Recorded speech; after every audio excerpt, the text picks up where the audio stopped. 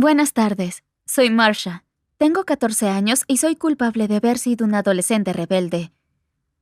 Pensaba que mi abuelita no me quería mucho, y yo tampoco la quería, pero ahora se ha ido, y sé que tristemente estaba equivocada.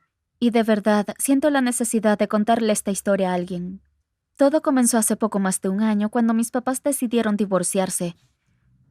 Fue mi mamá quien un día empacó sus cosas y dejó a mi papá por otro hombre. Aparentemente nunca planeó llevarme con ella, porque tuve que quedarme con mi papá. Él, sin embargo, prefería ser el sostén de la familia en lugar de un padre, así que tuve que mudarme con su mamá, mi abuelita Ann. Ella siempre tuvo un temperamento muy duro y éramos como el aceite y el agua. Por ejemplo, cada vez que quería ir a ver a mis amigos, ella me encontraba algunos quehaceres domésticos para que yo los hiciera, y si me negaba a hacerlo inmediatamente, me castigaba quitándome la conexión a Internet. Y una vez me dio un manotazo en las muñecas porque, como dijo, yo era muy torpe mientras lavaba los platos.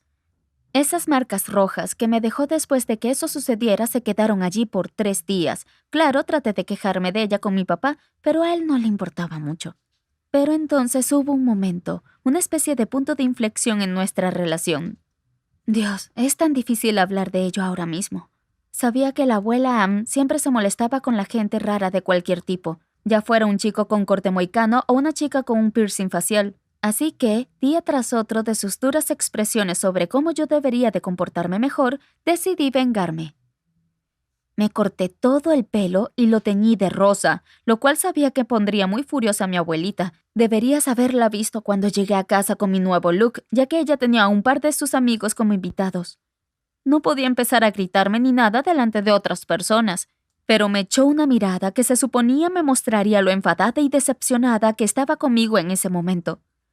Sabía que iba a ser severamente castigada, pero era un sacrificio digno por su venganza pública por tener una nieta tan rara, pensé.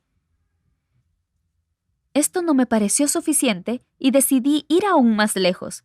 Como era menor de edad, no podía hacerme un tatuaje real, pero sabía que esto haría que la abuela Am se volviera loca, así que le pedí a uno de mis compañeros de clase que era muy bueno dibujando que dibujara una especie de tatuaje falso en la parte trasera de mi cuello. Se parecía bastante a uno permanente, así que cuando llegué a casa y mi abuelita lo notó, empezó a decir palabrotas a todo pulmón. Fue nuestra peor pelea de todos los tiempos. Terminó cuando le cerré la puerta en la cara y me encerré en mi cuarto. Me puse histérica y lloré mucho. En ese entonces sentía que mis dos papás nunca quisieron tenerme y que mi abuelita Ann tampoco estaba muy contenta de tener que vivir conmigo. Sabía que era muy difícil, pero no podía entender por qué los adultos a mi alrededor no podían simplemente amarme tal y como era. Ni siquiera me había dado cuenta de que me había quedado dormida, pero cuando me desperté, al no haber oído a mi abuelita Ann haciendo ruido en la cocina como de costumbre, de pronto sentí que algo podría estar mal. Me preocupé mucho y cuando abrí la puerta, la vi tumbada boca abajo en el suelo. Inmediatamente llamé a mi papá, pero él estaba fuera de la ciudad, como siempre. Aún no estaba llorando mientras marcaba el número o esperaba que contestara el teléfono, pero tan pronto como escuché su voz, me puse a llorar. Le tomó un tiempo darse cuenta de que algo andaba mal con su mamá, pero cuando lo captó, me pidió que llamara al 911 y me prometió que me enviaría ayuda mientras él volvía a casa. No recuerdo cómo llamé al 911, pero nunca olvidaré cuánto tiempo duraron esos 4 minutos de espera de la ambulancia, sentada junto al cuerpo de mi abuela. No quería creerlo, pero estaba bastante segura de que ya se había ido. La confusión comenzó con todos los paramédicos, vecinos y demás, y súbitamente vi a mi mamá. Esa debe haber sido la ayuda de la que hablaba papá. Aunque la había culpado de todos mis problemas desde que nos dejó y no quería verla después de su divorcio, me alegré de que viniera.